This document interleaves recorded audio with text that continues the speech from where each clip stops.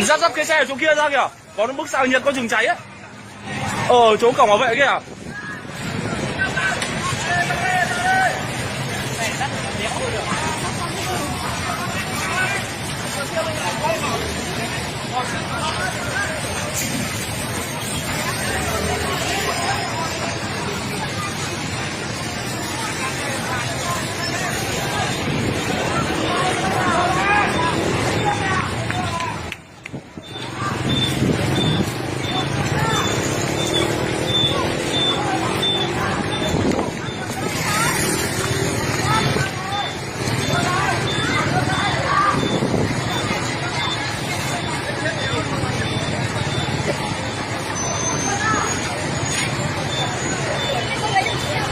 Xe bạn chơi bọn vầy ơi.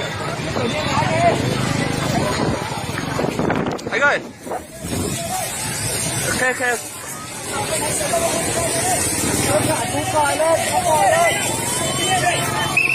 Anh ơi, em ơi.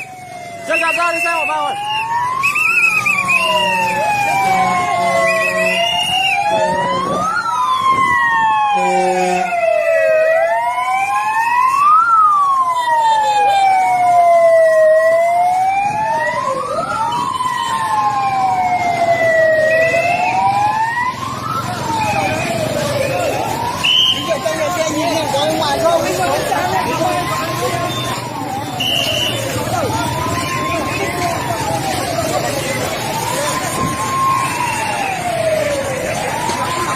Alo.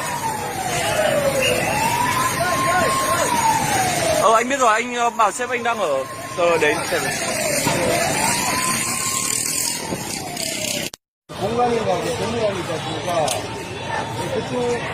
이쪽으로 해서 뒤편을 뒤쪽도 올라오고 여기도 가고 굉장히 큽니다.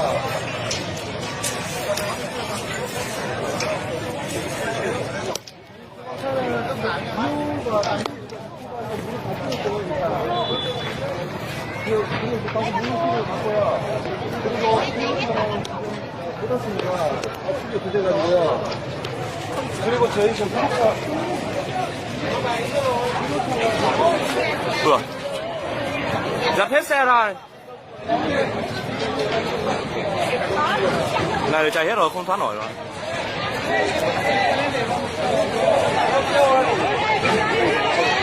Tất cả ra ngoài tránh trường hợp nó nổ ấy. Chạy đây.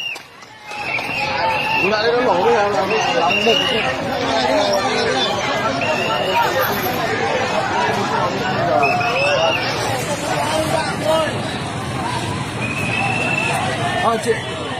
제가 지분이 안 돼가지고요.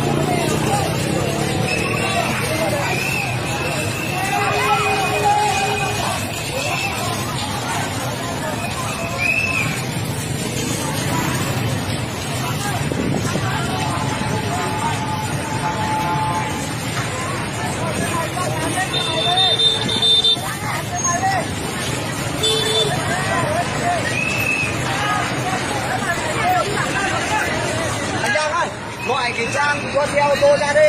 Anh ơi, có vào đây lấy xe được không? Có vào đây lấy xe được không? Dắt cái xe ở chỗ kia ra kìa. Có bức xạ nhiệt có chừng cháy ấy. Ở chỗ cổng bảo vệ kìa.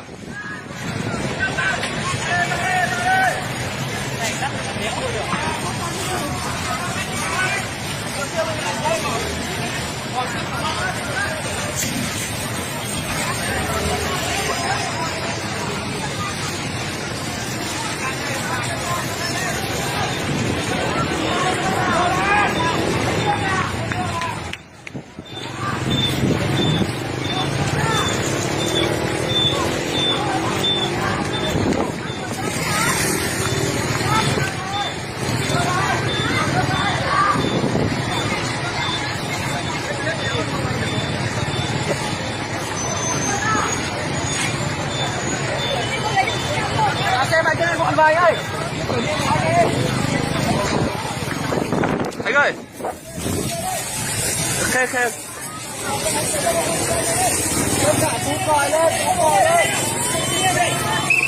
Anh ơi, dân gạt ra đi xe họ vào rồi.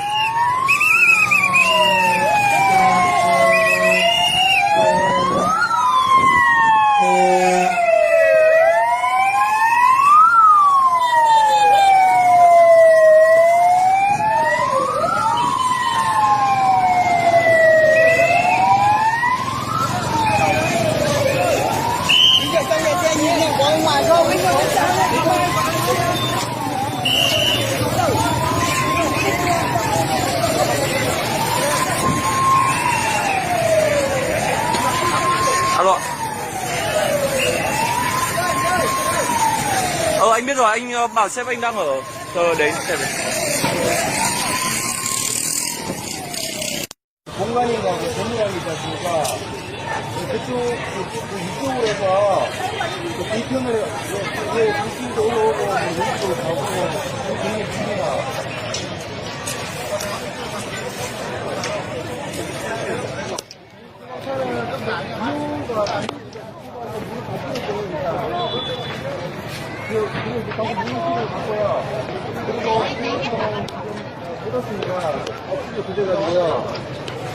그리고 저희 좀 Vừa. Dắt hết xe ra. Này là chạy hết rồi, không thoát nổi rồi.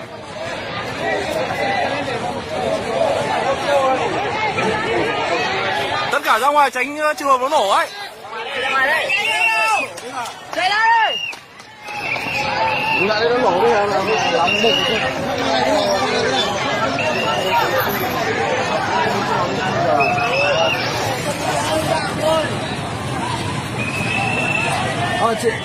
제가 시동이 안 돼가지고요.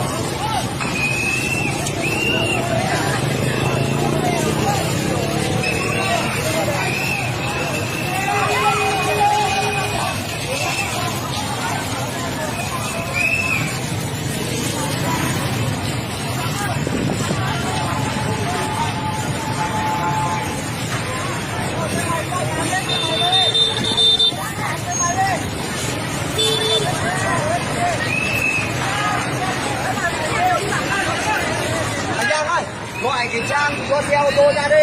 Anh ơi, có vào đây lấy xe được không? Có vào đây lấy xe được không? Dắt cái xe ở chỗ kia ra kìa. Có bức xạ nhiệt có rừng cháy ấy. Ở chỗ cổng bảo vệ kìa.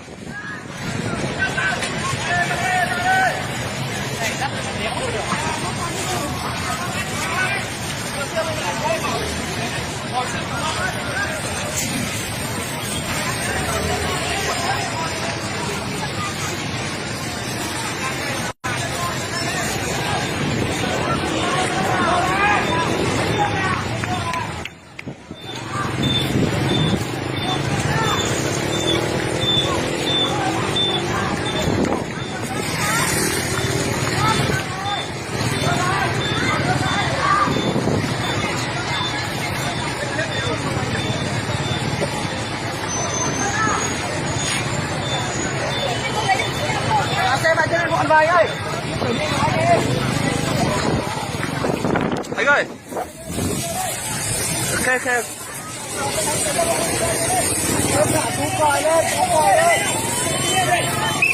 Anh ơi. Dân gạt ra đi xe họ vào rồi.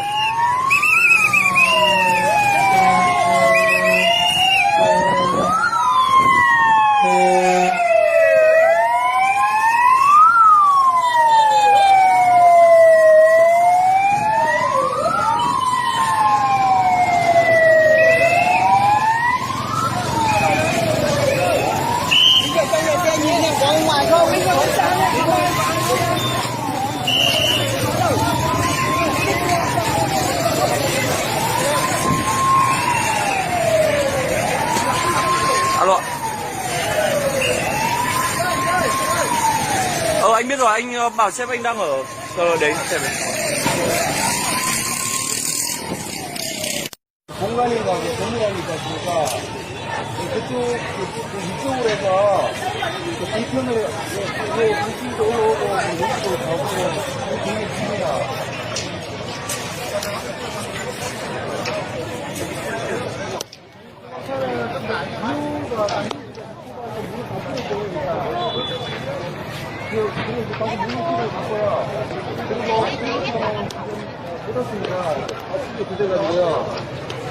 그리고 저희 저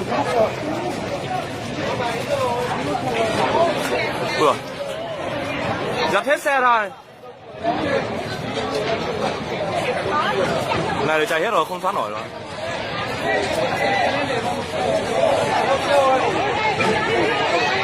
Tất cả ra ngoài tránh trường hợp nó nổ ấy. Chạy ra đây. lại đây nó nổ bây giờ là một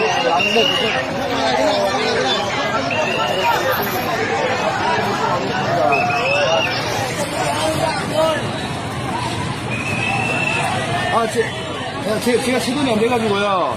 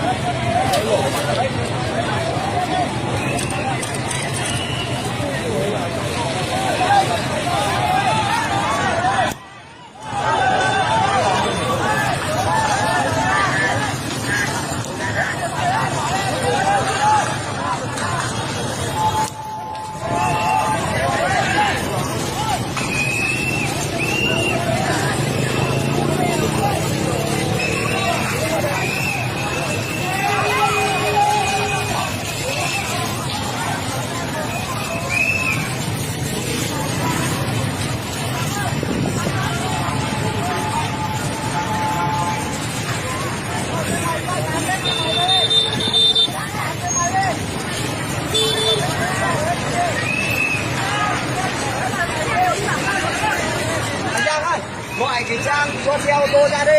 Anh ơi, có vào đây lấy xe được không? Có vào đây lấy xe được không? Dắt dắt cái xe ở chỗ kia ra kìa. Có nó bức xạ nhiệt có rừng cháy ấy. Ở chỗ cổng bảo vệ kìa.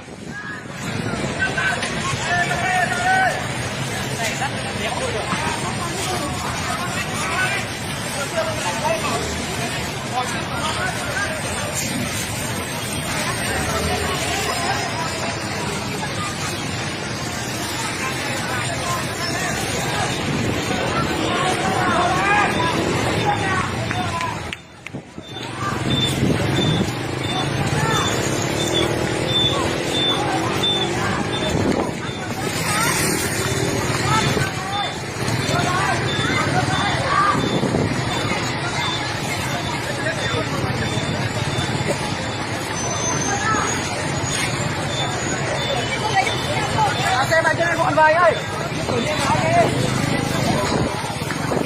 Anh ơi. Khe khe.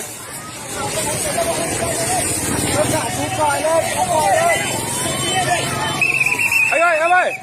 Ra đi xe họ vào rồi.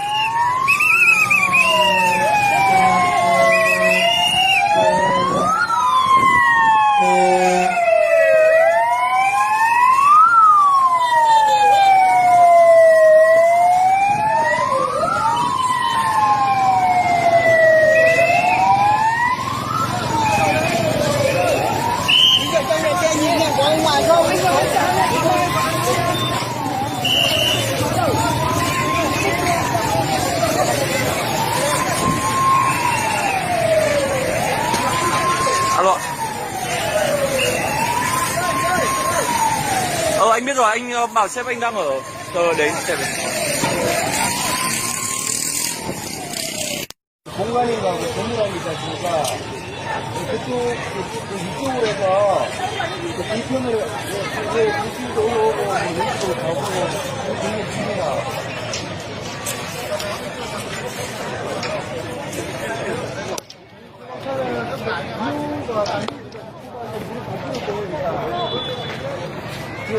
가서 물건을 갖고요. 그리고 해줬으니까 어떻게 구제가고요. 그리고 저희 좀 평가 Vừa. Dập hết xe rồi. Này chạy hết rồi, không thoát nổi rồi.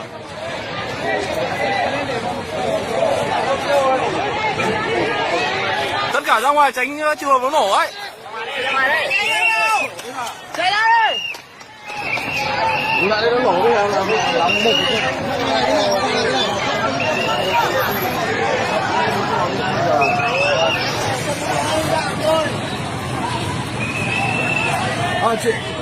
제가 시동이 안 돼가지고요.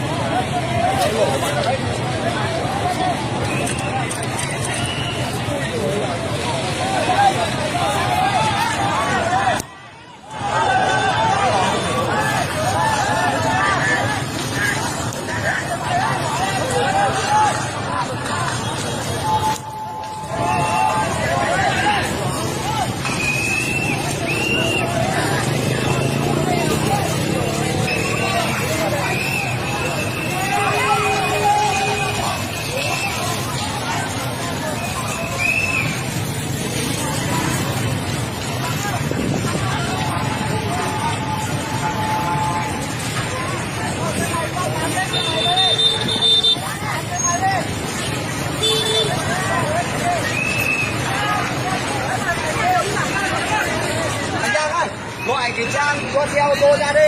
Anh ơi, có vào đây lấy xe được không? Có vào đây lấy xe được không? Dắt cái xe ở chỗ kia ra kìa. Có bức xạ nhiệt có rừng cháy ấy. Ở chỗ cổng bảo vệ kìa.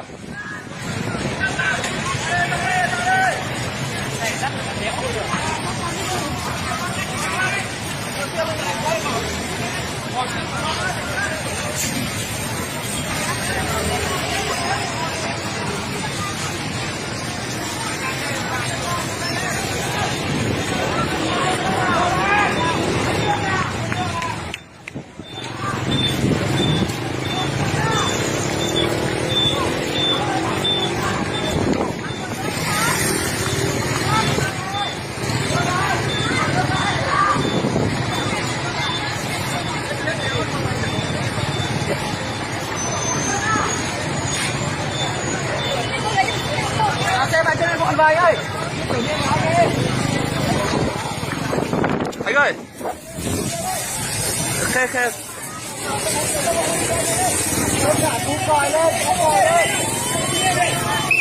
Anh ơi, em ơi. Ra đi xe họ vào rồi.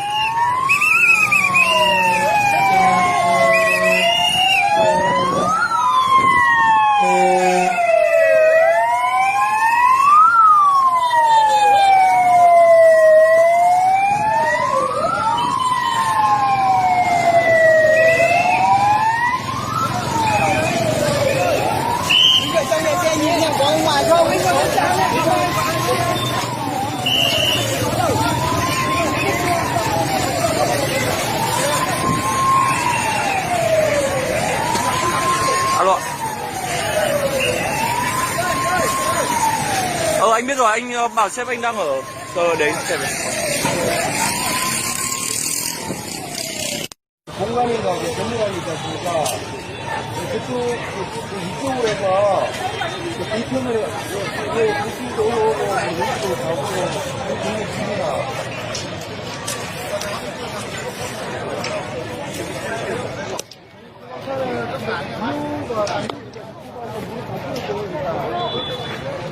그리고 가서 물건을 갖고요. 그리고 해줬으니까 어떻게 구제가고요. 그리고 저희 좀 평가 Vừa. Dập hết xe rồi. Này chạy hết rồi, không thoát nổi rồi.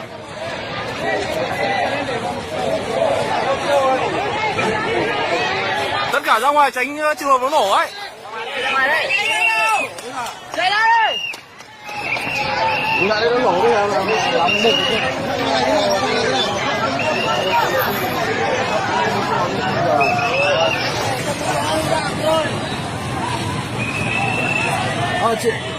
제가 제돈이 안 돼가지고요.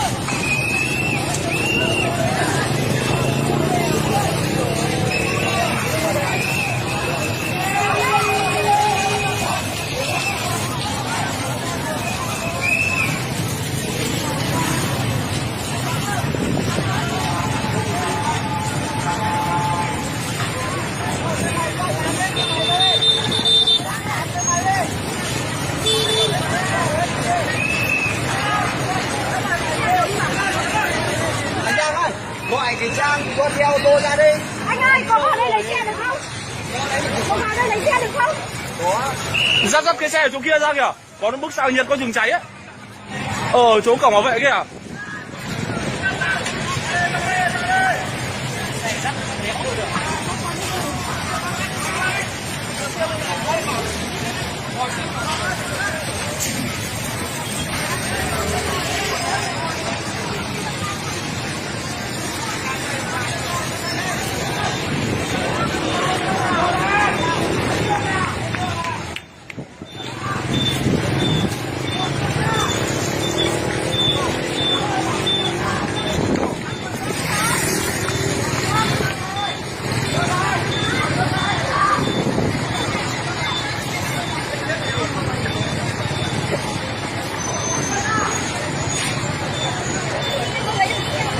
Xe vào trên con vai ơi. Anh ơi. Khe.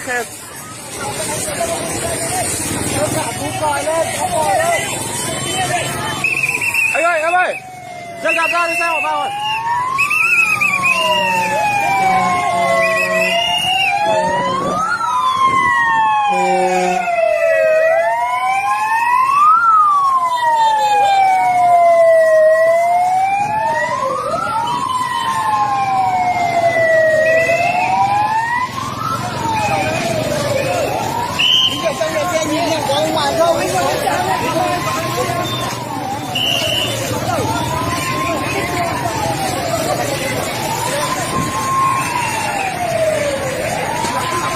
Alo. Anh biết rồi, anh bảo sếp anh đang ở chờ đến xe về. 공간인가 건물하니까 보니까 이쪽으로 해서 불편을 불길도 오고 여기도 가고 굉장히 깁니다.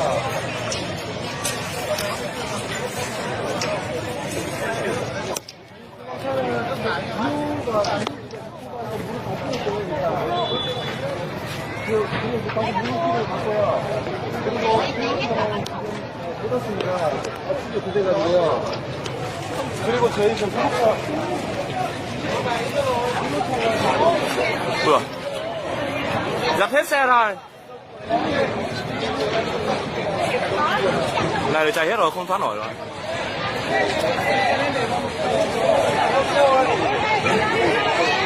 Tất cả ra ngoài tránh trường hợp nó nổ ấy. Ngoài đây. Chạy ra đây. lại đây nó nổ đây là làm một.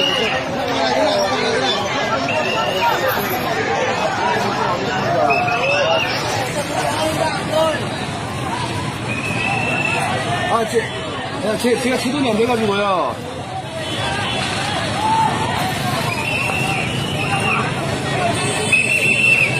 Anh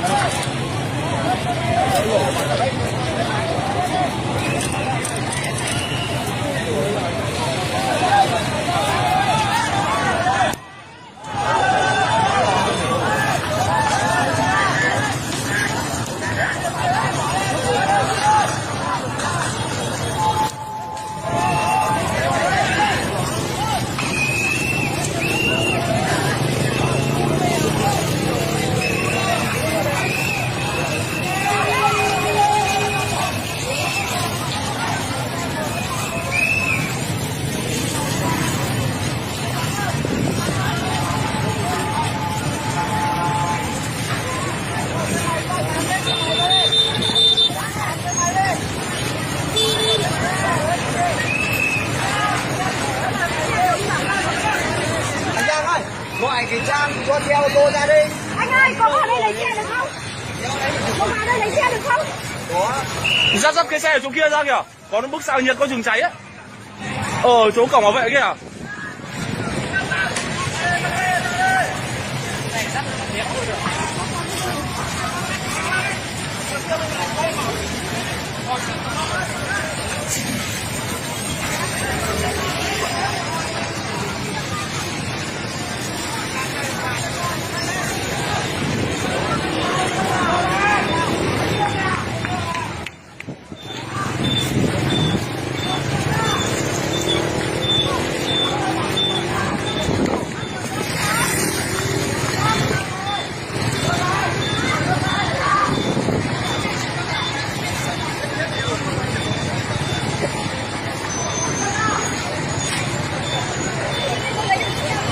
Xe vào trên gọn vào anh ơi. Anh ơi.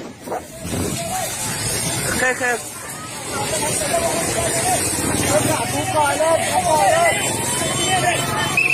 Anh ơi, em ơi. Chân gạt ra đi xe của bao rồi.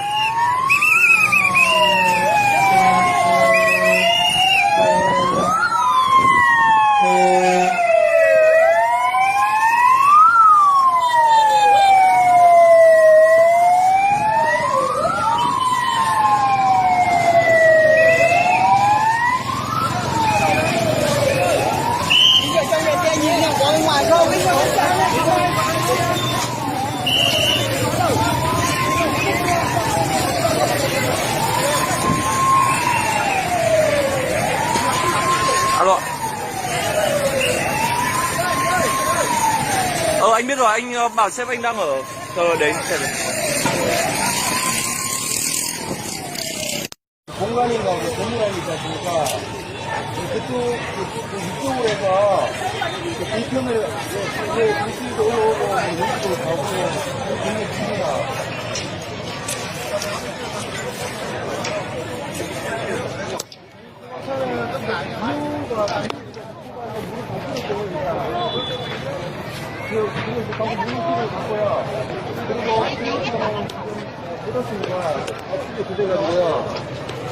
그리고 저희 저 구독자 Vừa.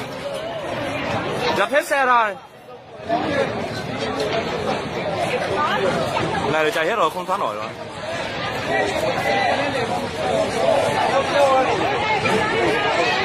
Tất cả ra ngoài tránh trường hợp nó nổ ấy. Chạy đây. lại nó nổ bây giờ là làm một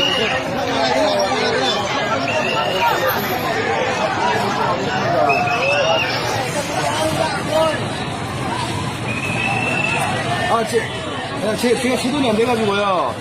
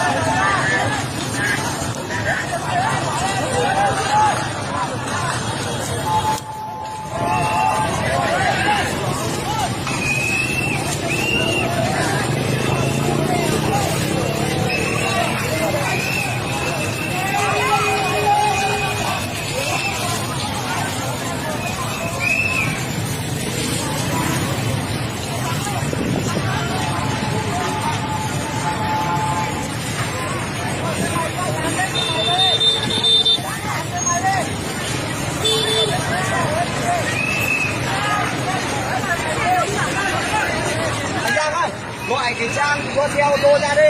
Anh ơi, có vào đây lấy xe được không? Có vào đây lấy xe được không? Dắt cái xe ở chỗ kia ra kìa. Có bức xạ nhiệt có rừng cháy ấy. Ở chỗ cổng bảo vệ kìa.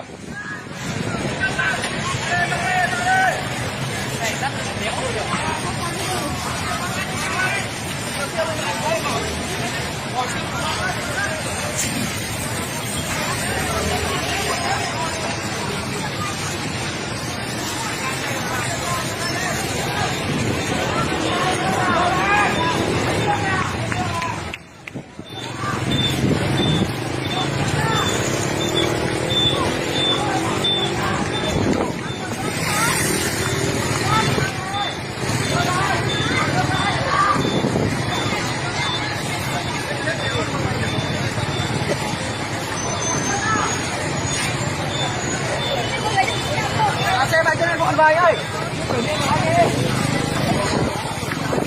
Anh ơi. Khe.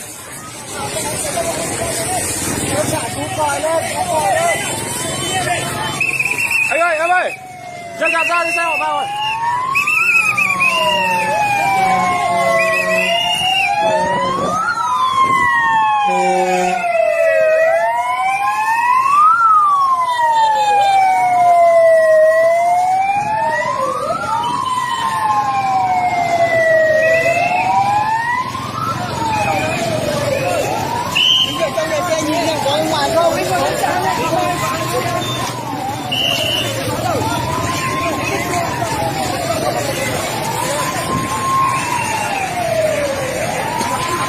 Alo. Anh biết rồi, anh bảo sếp anh đang ở đến xe đến. 공간이 가고 건물이 있다 보니까 이쪽으로 해서 뒤편으로 이쪽도 올라오고 여기도 가고 굉장히 깁니다.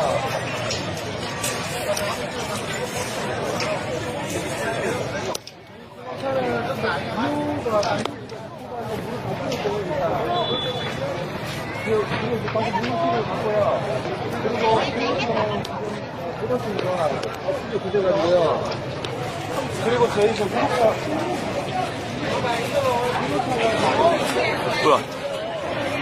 Dắt hết xe ra. Này chạy hết rồi, không thoát nổi rồi.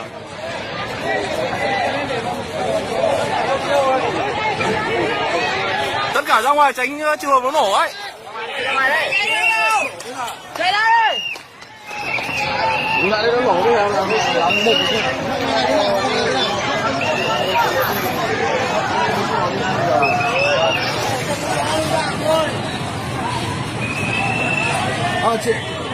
제가 세돈이 안 돼가지고요.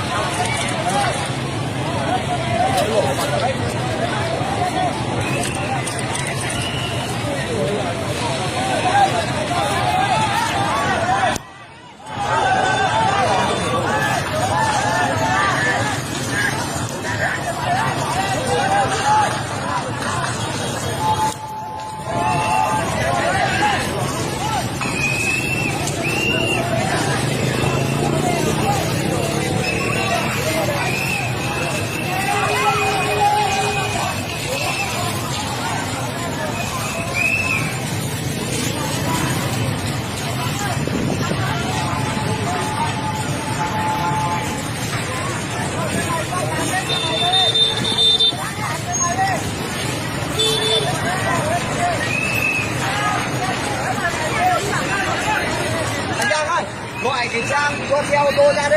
Anh ơi, có vào đây lấy xe được không? Có vào đây lấy xe được không? Dắt cái xe ở chỗ kia ra kìa.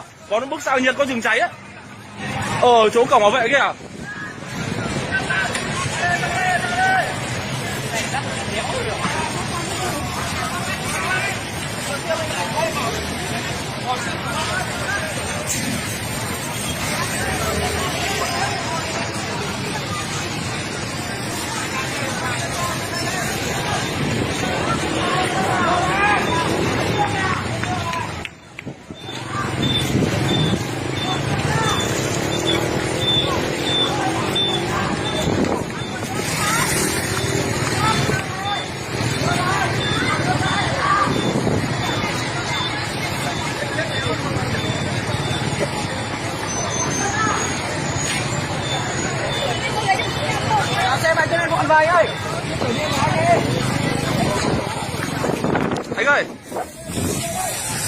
Ok.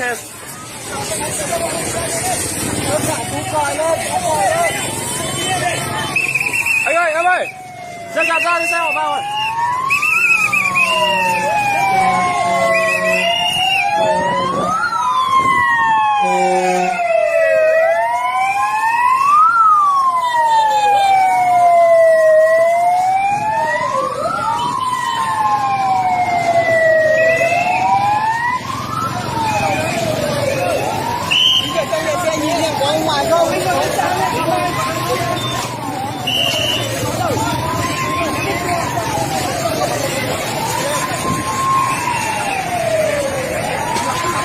Alo.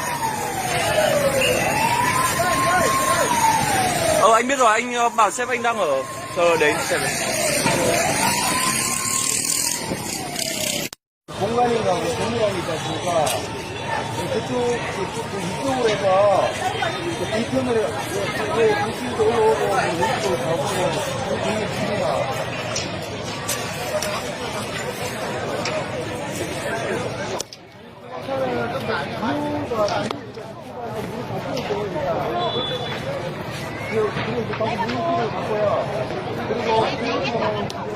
그렇습니다.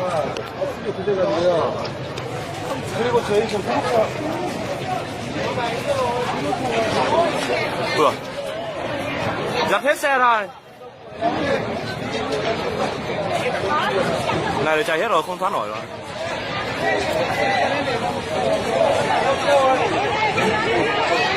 Tất cả ra ngoài tránh trường hợp nó nổ ấy. Chạy đây. lại nó nổ bây giờ là làm một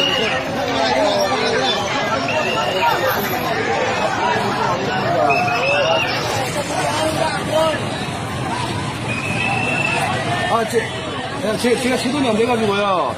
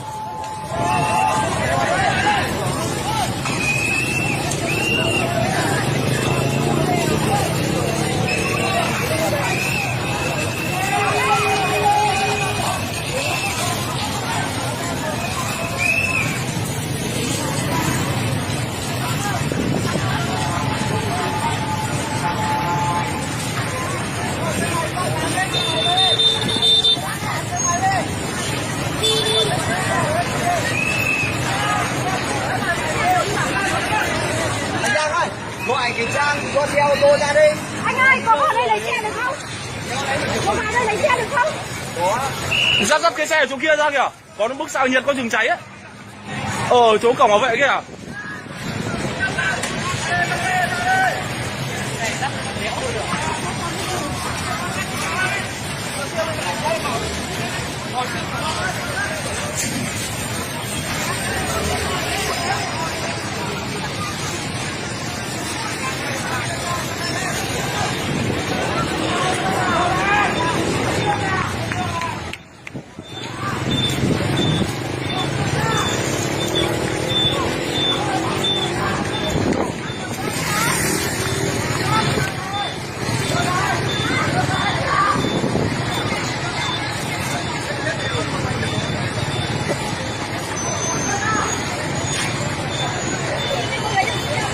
Xe bài trên gọn vài ơi.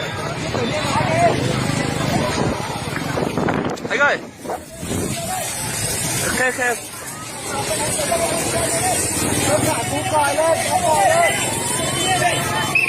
Anh ơi, em ơi. Ra đi xe họ vào rồi.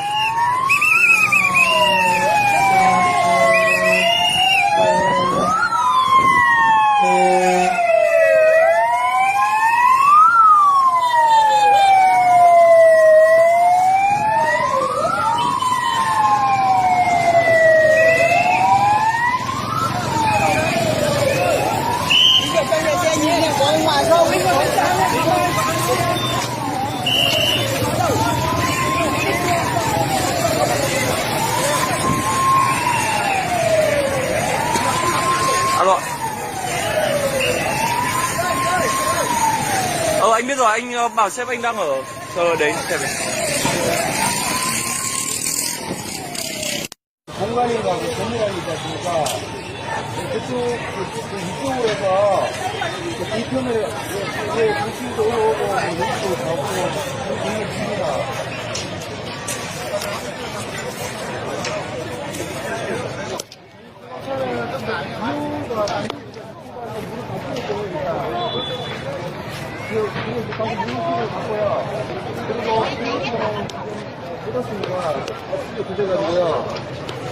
그리고 저희 저 구독자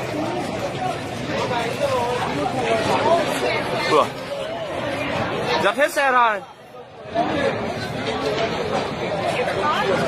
Này là chạy hết rồi, không thoát nổi rồi.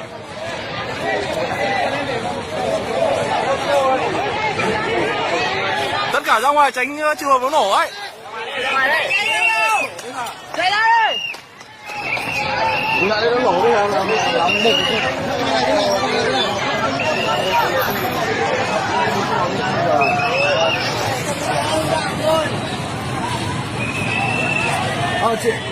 제가 제동이 안 돼가지고요.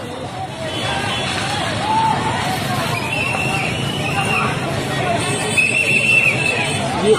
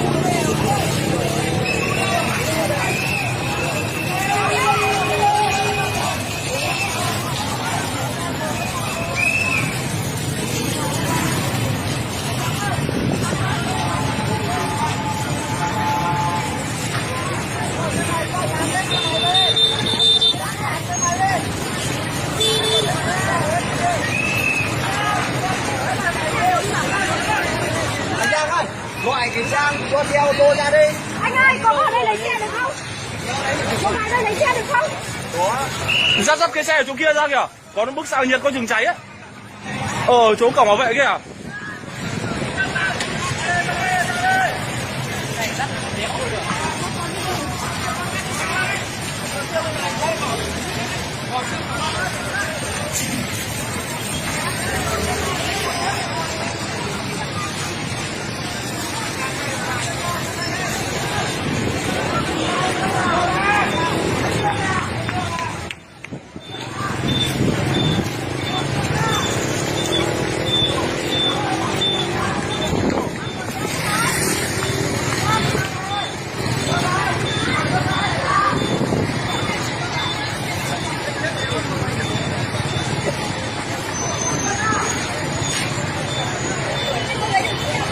Xe vào cho nên gọn vào anh ơi. Anh ơi. Ok.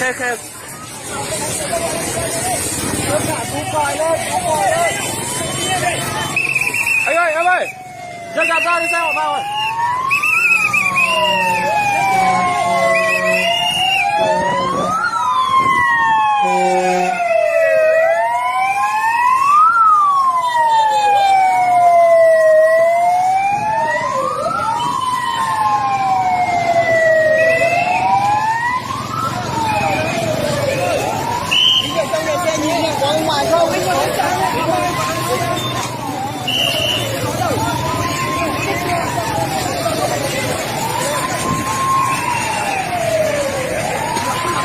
Alo. Anh biết rồi, anh bảo sếp anh đang ở chờ đến xem. 공간인가 그 건물안이 있지 않습니까? 이쪽으로 해서 그 뒤편을 이제 도시도 올라오고 여기도 가고 그런 중입니다.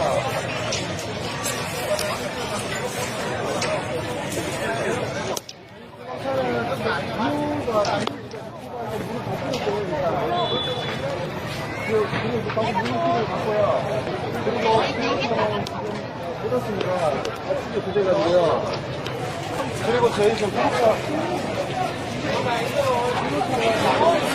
Ủa, dập hết xe rồi. Này là chạy hết rồi, không thoát nổi rồi.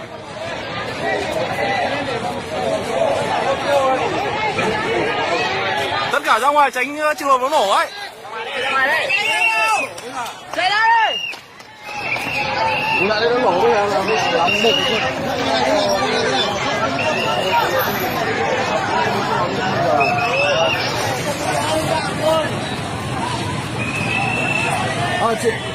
제가 시동이 안 돼가지고요.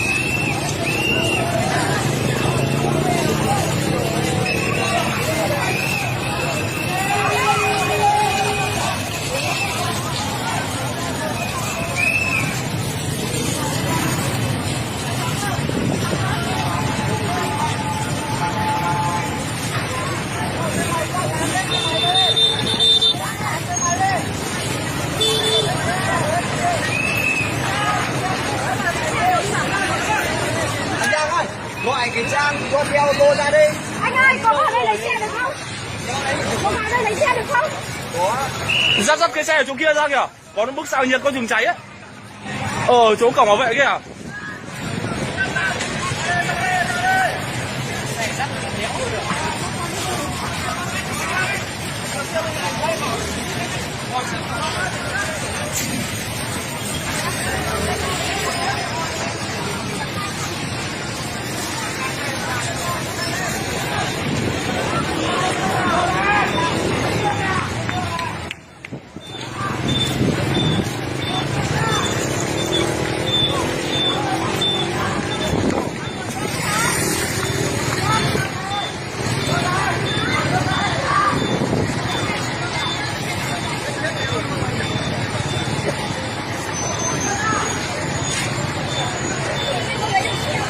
Xe mà trên bọn vầy ơi. Anh ơi. Khe.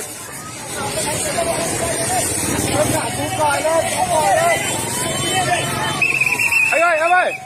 Ra đi xe họ vào rồi.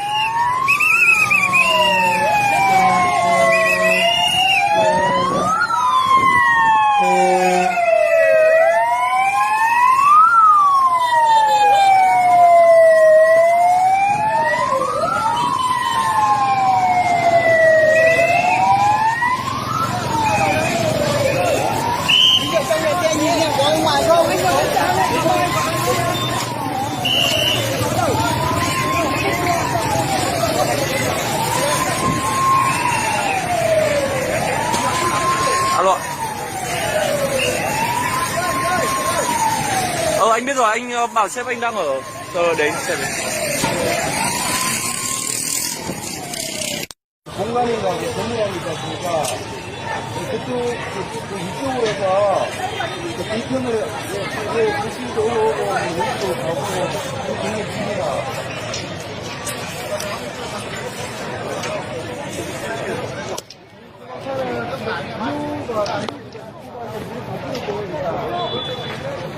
그리고 이제 방금 물질을 갖고요. 그리고 해뒀으니까 어떻게 조져가지고요. 그리고 저희 지금 프로가 Ủa. Dập hết xe rồi. Này là chạy hết rồi, không thoát nổi rồi.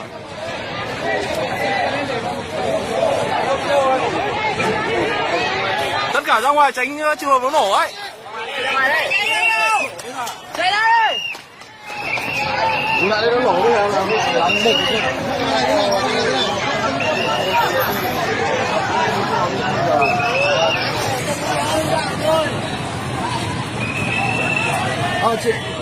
제가 시동이 안 돼가지고요.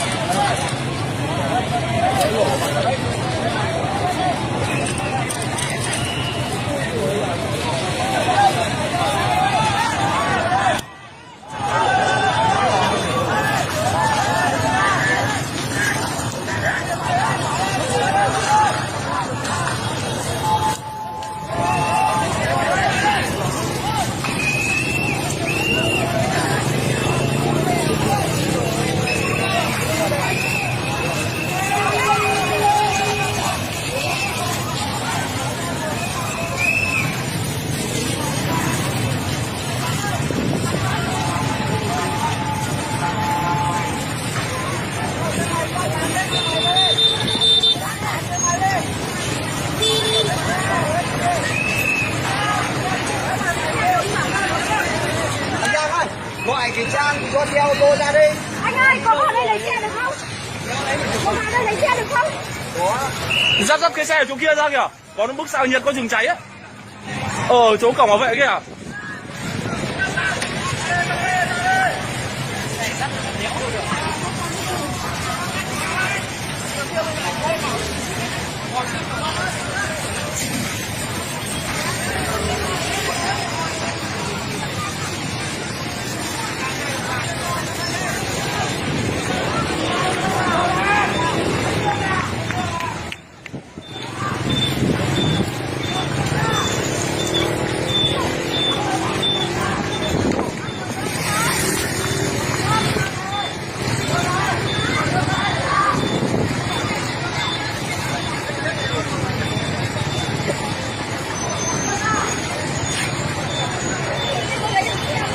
Xe vào cho nên bọn vầy ơi. Anh ơi. Khe.